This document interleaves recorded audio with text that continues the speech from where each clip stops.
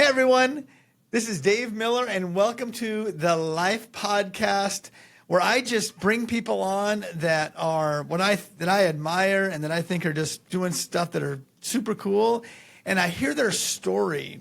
And today I've got a great guest with me, a longtime friend, CEO, international speaker. Thank you. Yes, business leader, author, just coach, just has done a ton of stuff.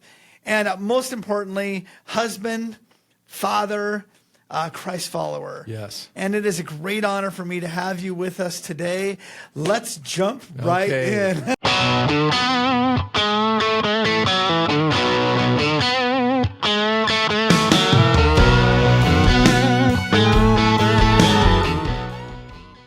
Well, thank you, Dave. I call you Miller, so just so you know, okay. I'm going to refer to him as Miller because that's what I've called him for almost 30 years. So it's great to be here, and we've been friends for, like I said, almost 30 years. Yeah. And I would consider one of you to be one of my closest friends. We've been through a lot together, some hard things, some fun things, and everything in between. And so it's good to be here. Just to get the story going, I was born in California. A lot of people don't know that. They think I grew up in the Seattle area, but I was born in Long Beach, California. And, when you're little, you don't really realize a lot of the stuff that's going around you, with your parents and just different things like that. But as you get older, you get a little wiser and you see things and you hear things and stuff. And so, growing up, I grew up in a very abusive home. My dad was an alcoholic and he was drug addicted. And so now I didn't understand that part of it. I just knew the abuse part. And it was pretty bad. And he abused everybody in our home. And our home was not a fun place. It was not a safe place. It was very scary. And the only time we felt safe is when my dad wasn't home. And so as I got a little bit older, I realized that it was the alcohol, and that really scared me. And so because of that, my dad would be gone for days at a time and sometimes weeks at a time. Now, I didn't really realize that at the time because, I'm just playing with my friends, my brothers, I'm going to school and all that kind of stuff, not paying a lot of attention to if dad is home or not. But realizing that there were times he didn't come home. So my mom, as long as I can remember, always worked, and she was a waitress, and so she wanted to make sure that we had food to eat, clothes, and all that kind of stuff. And so when I was 10, we moved to Renton, Washington, so just south of Seattle. So we moved, and my dad continued, to drink and all that kind of stuff, continued to be incredibly, abusive and mean. And finally, he abandoned us. He left. And he didn't say he was leaving. There was no formal announcement. There was no agreement. He left. He didn't come back. So he just one day gone. That was it? That was it. He was gone. Wow. And didn't reach out to us, didn't offer any kind of financial support or anything for my mom. So then my mom had to start working 7 days a week as a waitress to raise 5 kids, And I was 10, so I was really much more aware of things now and realized, just how hard she worked and just what she went through to support us. And so that was really tough. And all of us kids have our own journey through that. But one of the things that, and I don't know why, but one of the things is, we didn't come together because of the pain. We actually kind of isolated ourselves from one another. And so we didn't check in with hey, how are you doing? How are you doing? Hey, I love you. I'm here for you. None of that. We kind of isolated ourselves. And because of that, we were not really emotionally connected as a family, as kids. We never said things like "I love you." We didn't hug, we didn't touch, or anything like that. And that was my normal. And so growing up, up until recently, honestly, I've not been a hugger. Hugging was very uncomfortable for me, and but that's where it happened. So I did things like I went and, played with my friends. I was always looking, try to get away from the pain and the trauma of what was going on. So I was always, going to my friend's house, getting together with my friends, playing sports on my bike, outside, away from home as much as possible. Now, I didn't consciously realize that's what I was doing, Right. but looking back now, that I know that's what I was doing. And so that part of my life I loved. I loved playing. I loved being with my friends, all that kind of stuff. That was great.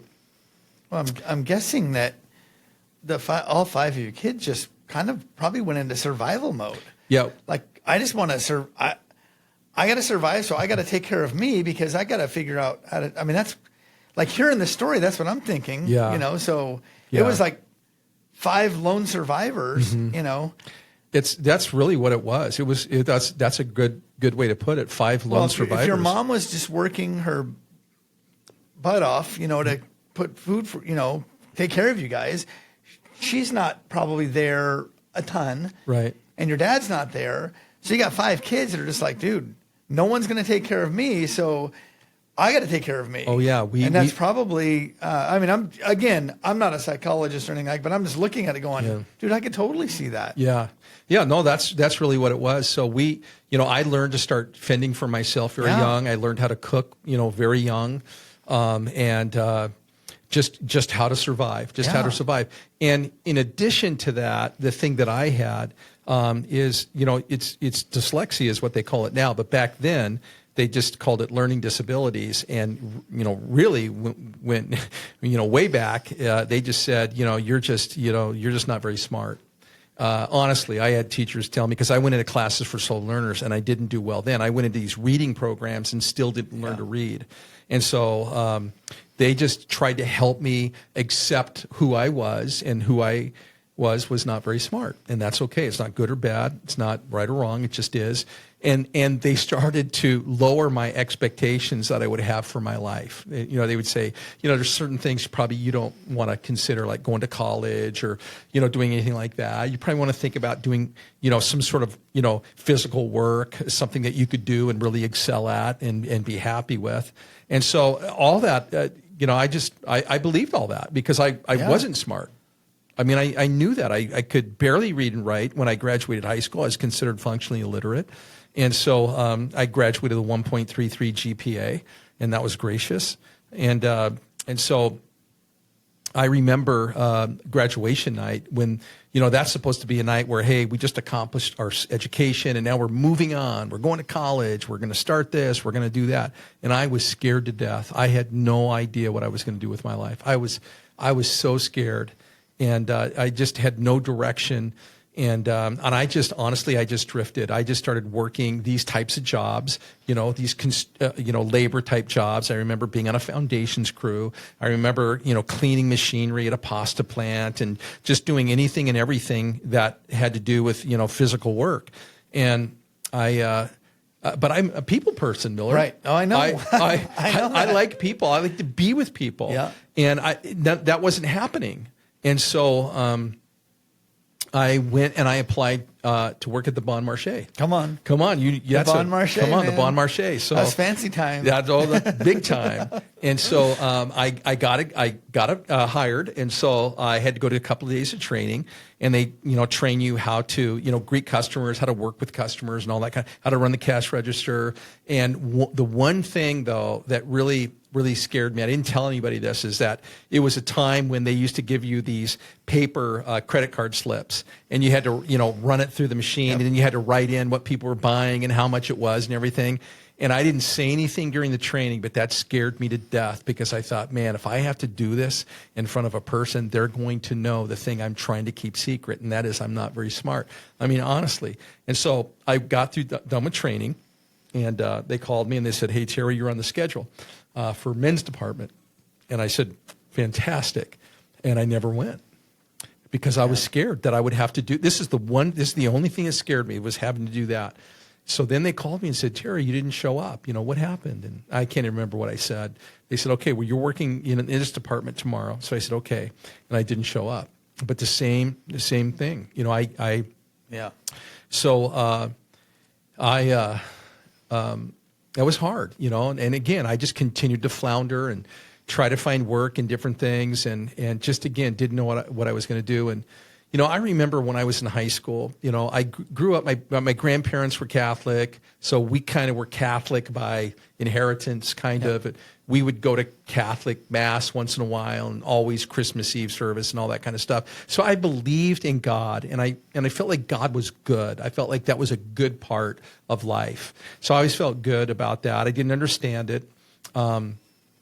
But what it did do is I prayed a prayer in high school. I prayed the prayer, God, if you're real, show me. Because I was really desperate, just the things that we went through and the things I was dealing with personally. And, I never let anybody know how I was doing. I didn't want anyone to know this. I mean, at all. I was very embarrassed. And so it was a couple of years out of high school that it was an Easter morning, and a friend of mine called me, and he said, hey, do you want to go to sunrise Easter service with me? It's at 6 o'clock in the morning.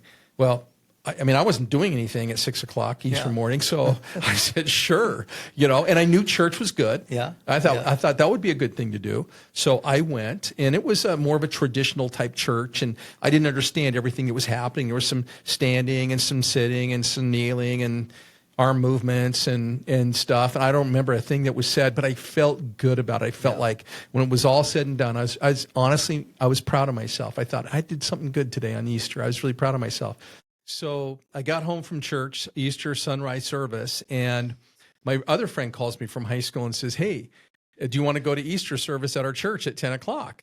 And I wasn't doing anything, so I said, sure. So I went to church again, to this little church in Kent, Washington called Sequoia Baptist Church. Pastor Mervyn Norwood, he was from Tennessee. He had this thick Southern draw. He was fun to listen to. But he shared a very simple message about Jesus.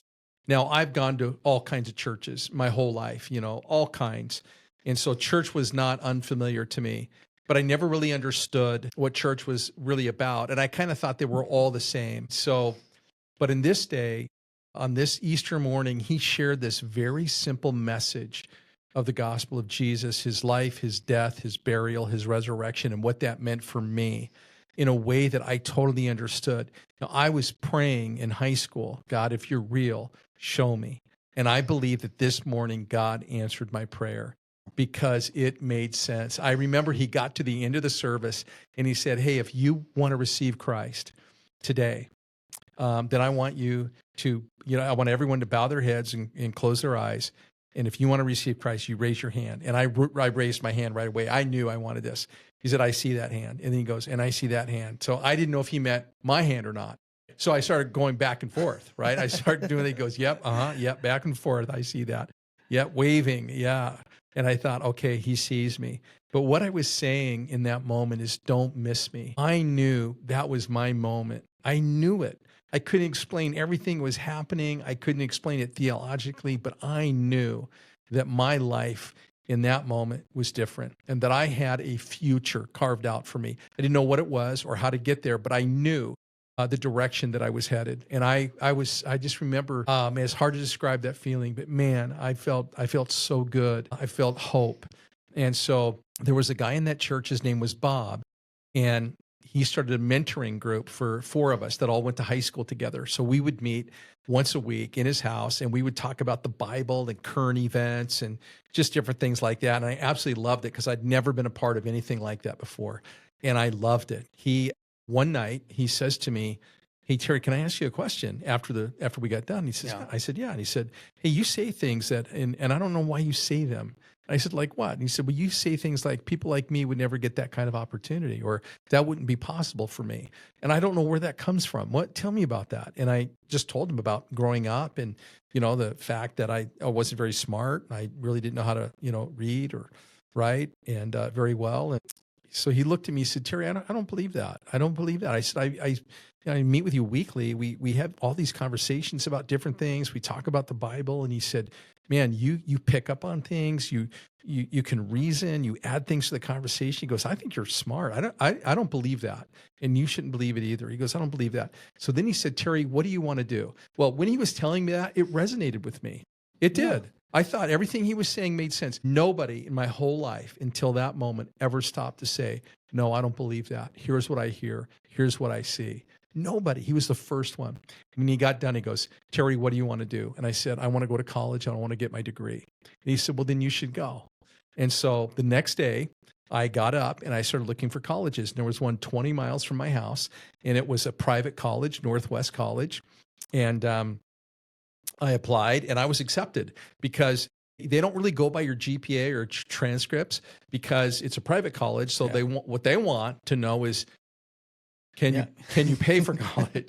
Right now, not saying anything against that, but they have different criteria. Right now, they won't let you stay in college if you can't, academically compete. So I'm also a registered Native American. A lot of people don't know that, but I applied to my Indian tribe for a scholarship and I got it.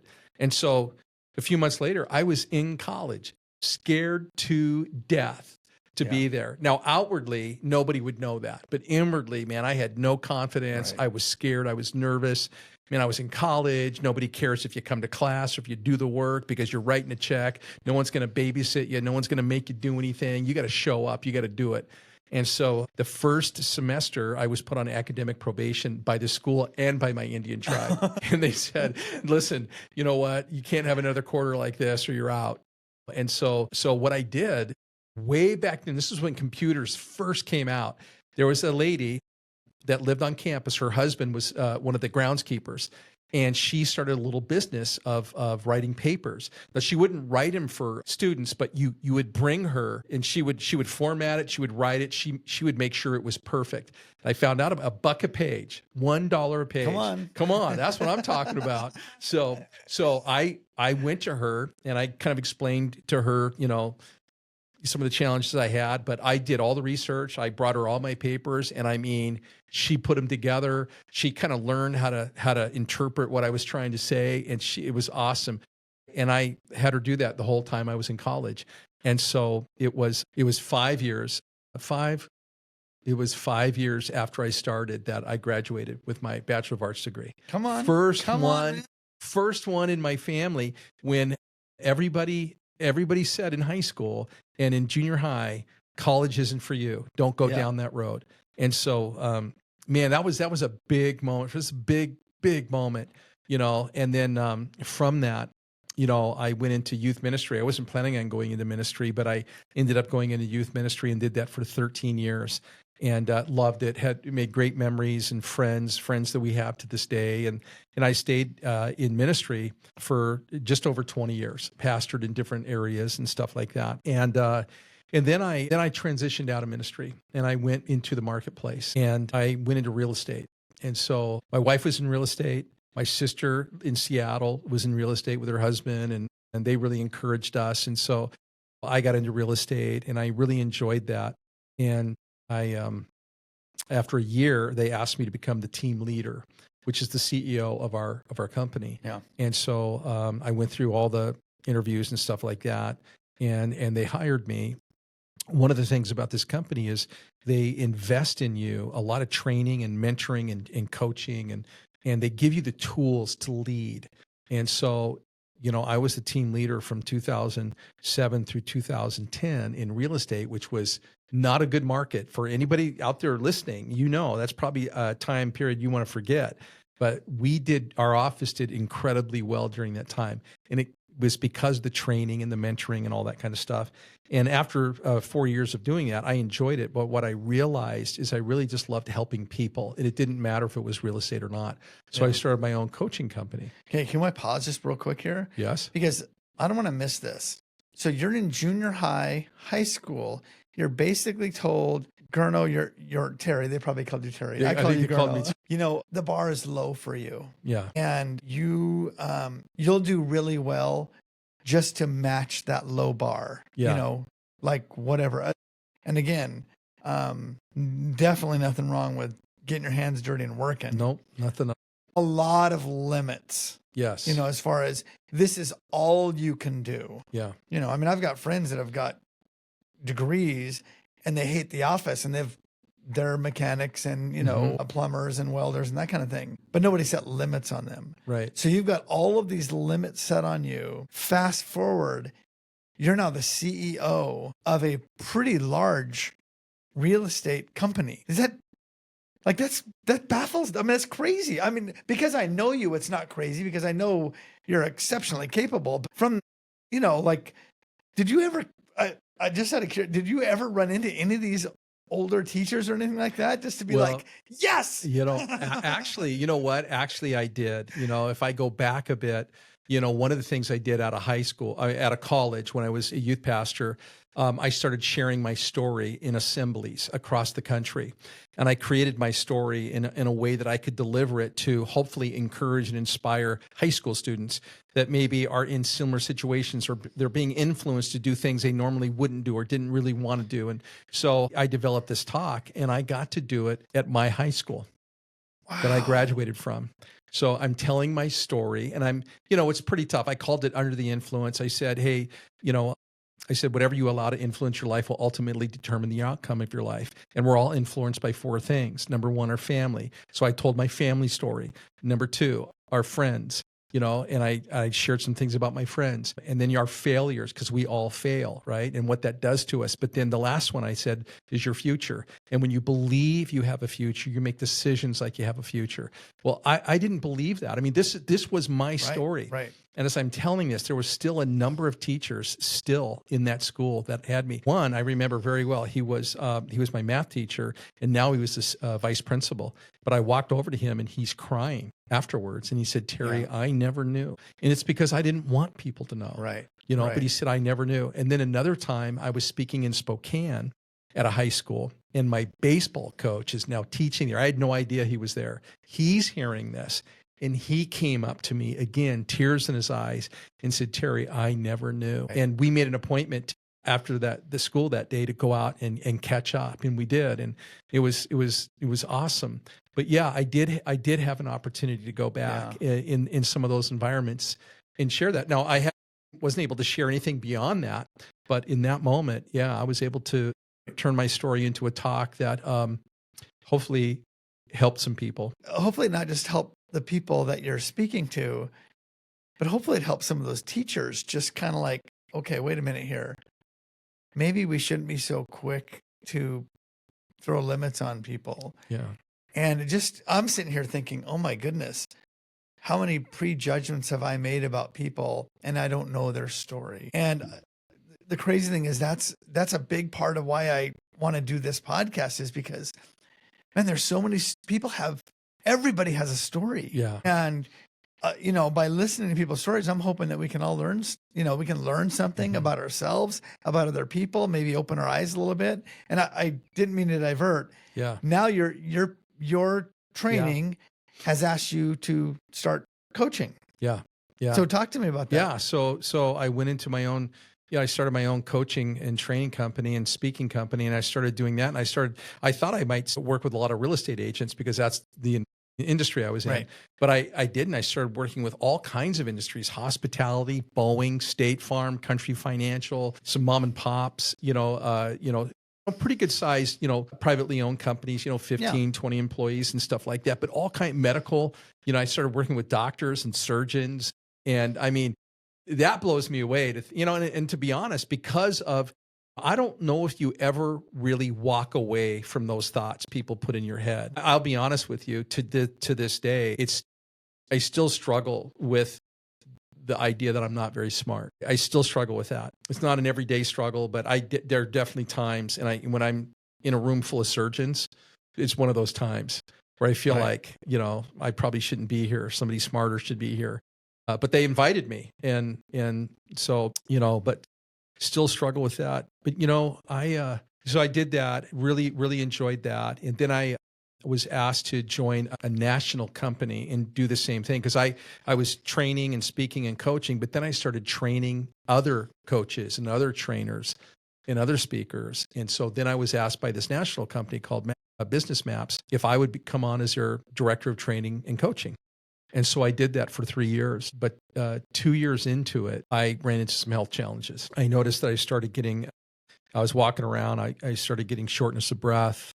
I couldn't walk from my backyard to my front yard, which isn't very far, without, going, man, I'm really having a hard time breathing here. And so that went on for a while, and it progressively got worse. And finally, now, before you start having health problems, I'm going to point out, you've done Ironman 2 times. Yes. I mean, so it's not like you've had a long history of bad health. Right. I mean, you got to be pretty, like, to do Ironman and finish it in time a couple of times, you have to be pretty healthy. Yeah. So that had to be shocking for you. It was so shocking. I remember going in and going to see the cardiologist, and it's kind of interesting. I'll share this story real quick. I was in Seattle at my sister's house, and it got really bad. So when I got home, I told Nancy, I've got to make an appointment with the cardiologist. So I called the cardiologist. I was on hold for 45 minutes, and it's only a 10-minute drive. So I hung up. I said, let's drive down there.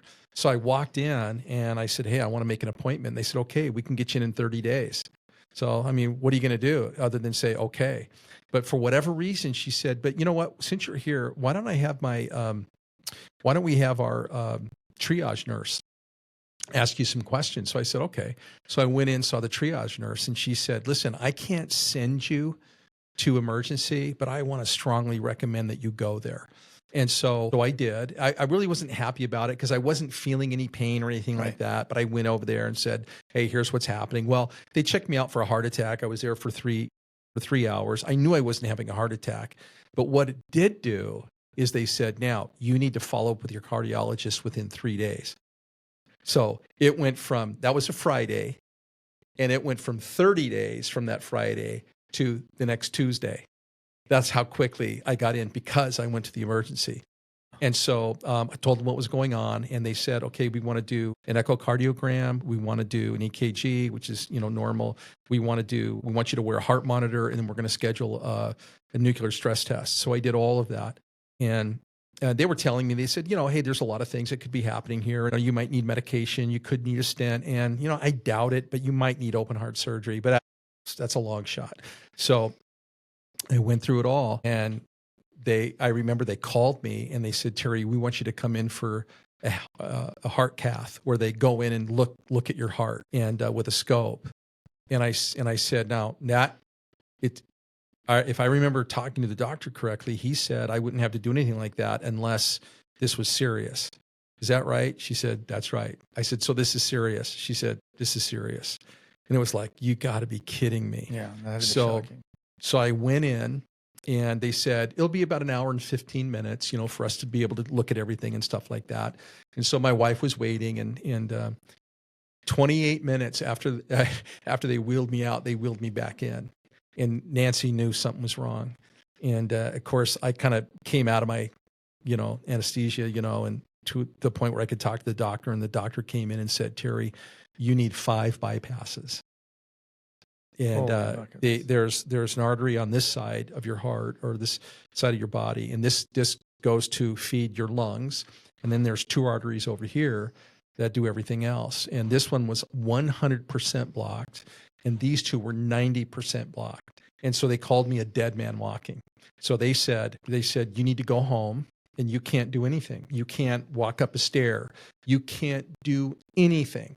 And what I didn't know is if people are diagnosed with that and they die after they're diagnosed, they usually pass away while they're waiting for surgery. So I went home. I didn't do anything. I went and saw the surgeon, and she showed me the footage and everything. And so we scheduled surgery for the next week. And I was scared. I was scared. And this may be important too.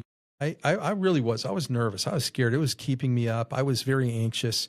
But for whatever reason, this thought came to my mind, and it was, Terry, if you don't make it out of this, if this is the end, are you okay with the way you live your life? Now, I don't know if I thought that. I don't know if God was asking me that. But I began to think through my life, everything I've done, the things I've wanted to do up to that point, the things that I've said, with, close friends, my family, telling people I love them, asking people forgiveness, just different things like that. And I realized that, you know what, if I don't come out of this, I'm okay. And from that moment on, I had total peace. And so I went in and I had my surgery and went through the recovery and everything. And it wasn't as bad as I imagined it would be. I was kept very comfortable. They worked with me well to get me on my feet, start walking and all that kind of stuff. But I remember the day I was getting discharged, I remember occupational therapist said to me, he said, now, Terry, in about 4 weeks, you're going to feel 20 years younger. And I was like, that's what I'm talking about. I'm ready for that. I'm so happy. I'm going home. So I go home, and just a few days into being home, I start having a cough, and I couldn't talk or move. I started coughing, and I couldn't figure that out. And I told my surgeon, and they said, yeah, we don't know what that's from. Maybe it's the medication you're on. Let's switch your medication. And then I started having this really sharp pain in my back. Man, it was just, it went on for a long time. Finally, the day that I was actually released from my surgeon, I was in cardio rehab, and I went in and I would usually do the treadmill and the bike. And I came in, I said, I don't know how long I can do the treadmill because my leg really hurts. And she said, okay, if it hurts too much, we'll just stop. Well, I started, and she goes, nope, stop. I can tell it hurts too much. So I looked at my leg, and it was like twice the size of this one. It was all red. It was really hurting. And my surgeon was right across the hall. They went and talked to them, and they said, take him down to emergency. I was on the 3rd floor, take him down. So I went down, and I was in so much pain. And what they discovered was I had a deep vein thrombosis, or a DVT. That's a medical term, DVT. Wow. And so I had a big blood clot right here in my upper thigh. Well, not only that, but a part of it broke off. Those are embolisms, and 2 landed in my lungs and 2 landed in my liver. And the ones that landed in my lungs, it cut off the blood supply to the lower part of my lung. So the lower part of my lung died. It's called a pulmonary infarction. And so that's what all the pain was. And so now I'm back in the hospital. I'm about a month late out of surgery. I'm back in the hospital, and they finally, get things figured out. And then a week later, I'm in rehab again, do the bike, do the treadmill. I'm feeling good. I go sit down, and I realize I'm losing consciousness. I don't know what's happening, but I yelled to my therapist, and then I was gone. And I woke up, I came to, and I had all these people around me. And there was one of the nurses, somebody that I know. Our kids went to school together.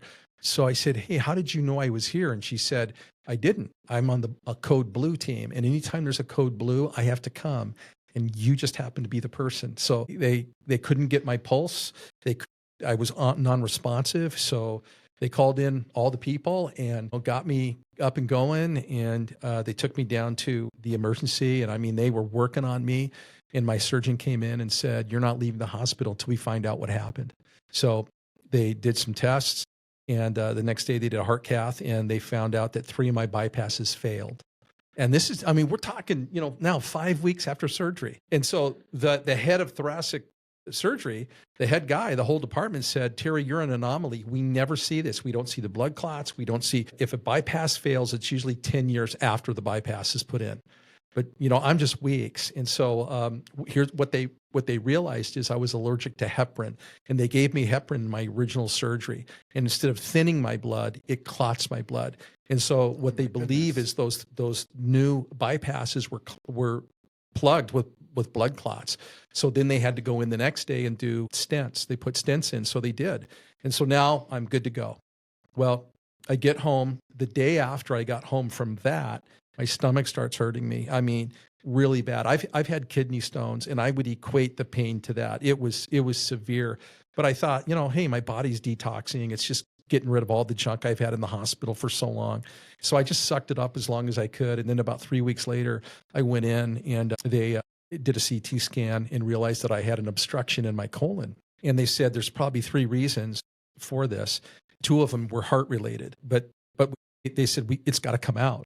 And so I needed what they call a colon resection. They have to take a part of my colon out, get rid of that. So they did that, and they biopsied it, and they discovered that I had stage 3B colon cancer. My first surgery for my heart was September 23rd, 2022, and I got my diagnosis December 14th, 2022. So all of that happened in a shorter period of time. Yeah. So then I went in. That's hard. When they come in and say that, there's a lot of stuff that begins to go through your mind. You start, honestly, for me, I started thinking about how do I wrap up my life? How do I tie up loose ends? How do I make things ready for my wife? And I did that for about 10, 15 minutes. And then I just kind of thought, hey, snap out of it, Gurno. You're not dying tomorrow. So snap out of it, And so I had a chance to process it a little bit more. So I went into chemo, and I did that for 6 months. And at the end of chemo, I rang the bell, and I was quote unquote cancer free. There was no measurable cancer. They couldn't, nothing in a CT scan, no blood work. And then the next April, in a CT scan, they found a spot. And so they went and they looked at that. They said, okay, we're going to give you chemo, we'll shrink it, and then we'll send you to a liver surgeon. She'll take that spot out, and then you'll have a couple of rounds of radiation. That'll be it. You'll be on your way, good to go. So I thought, perfect. So they did the chemo. I went in to see the liver doctor, and the liver doctor said, okay, here's what we're going to do. We're going to take that spot out, and we can't tell if it's on the liver or next to it. So if it's not touching the liver, we'll just take it. If it's touching the liver, we'll do a liver resection. If I get in there and there's more cancer than I think, then I can't do anything. You'll have to have a different surgery. So I said, okay. So I went in for the surgery that day. It was going to be robotic. And she told me how long it was going to take. And I'm in recovery, and I opened my eyes, and I can tell I haven't been in long enough.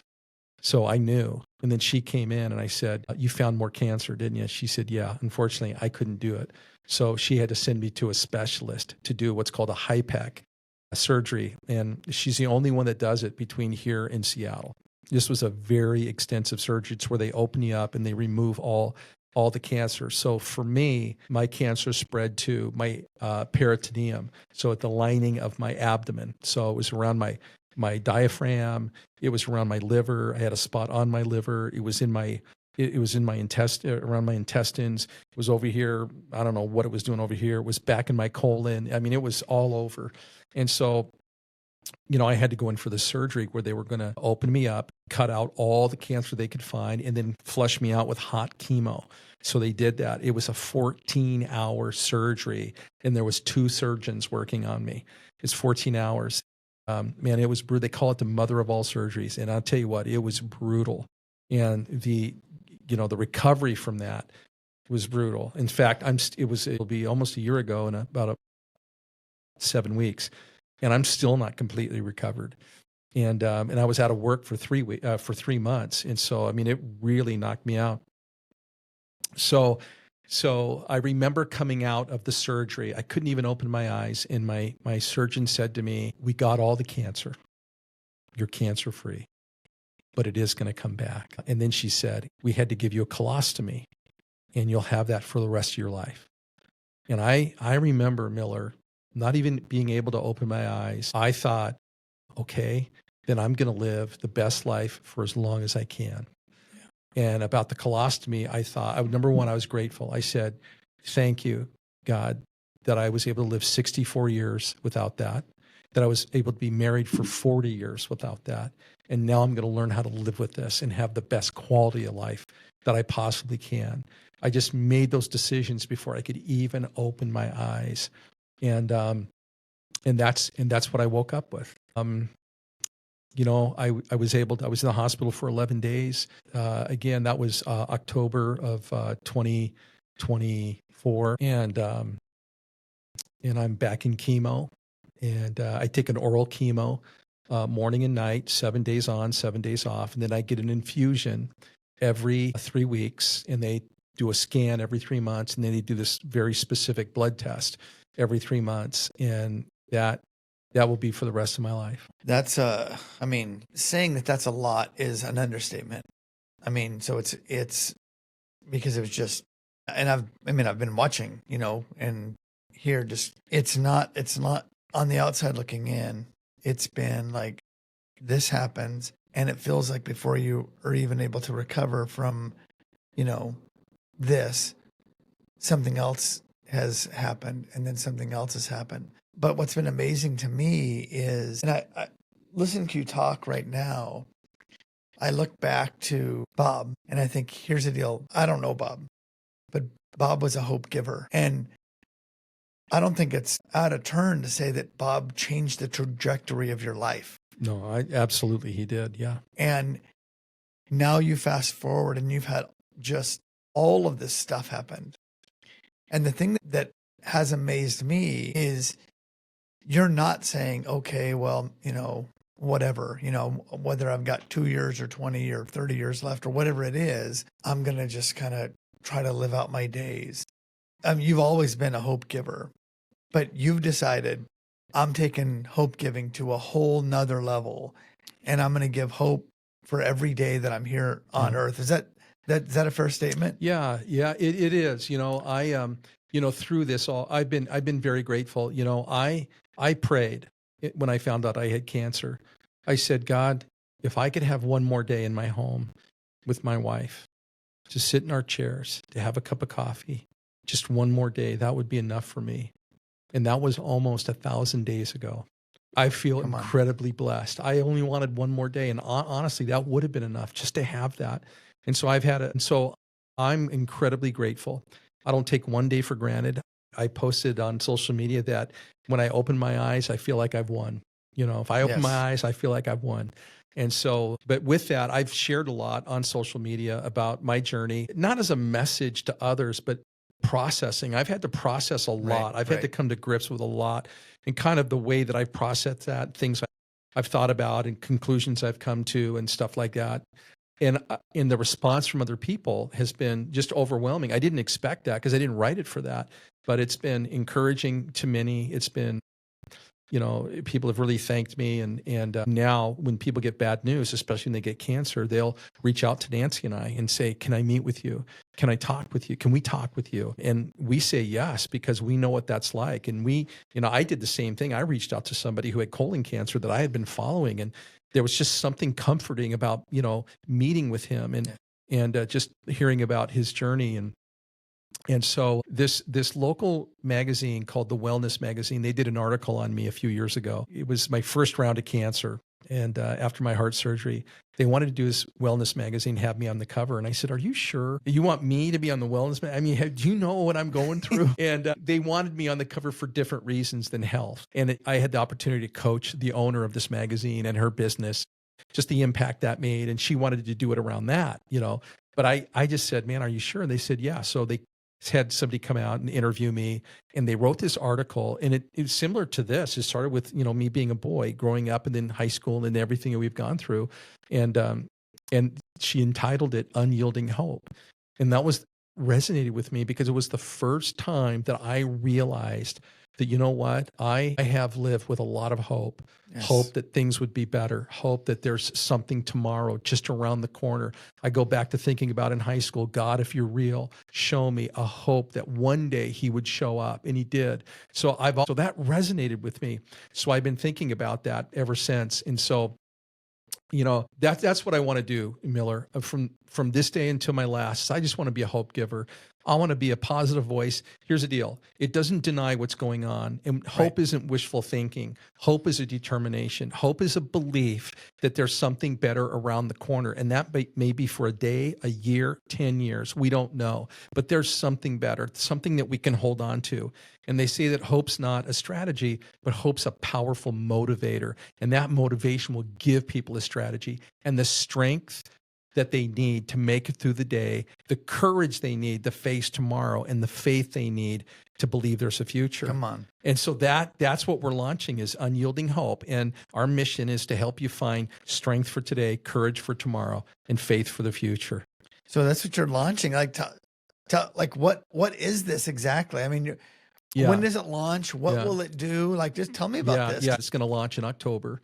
Okay. I don't have a specific date, but it'll be somewhere between, the middle and the end of October. Okay. But we're going to launch that. But it's going to consist of, bringing positive messages into companies, industries, organizations, for-profit, nonprofit, and just being a voice of hope. Because it doesn't matter, what people do for a living. People face adversity. And it's not just about illness. It's about, people, they get stuck. They get financially, relationally, professionally, spiritually, in health. And people, fall into despair. Times can get very, very tough for people. But we want to communicate there's a message for hope.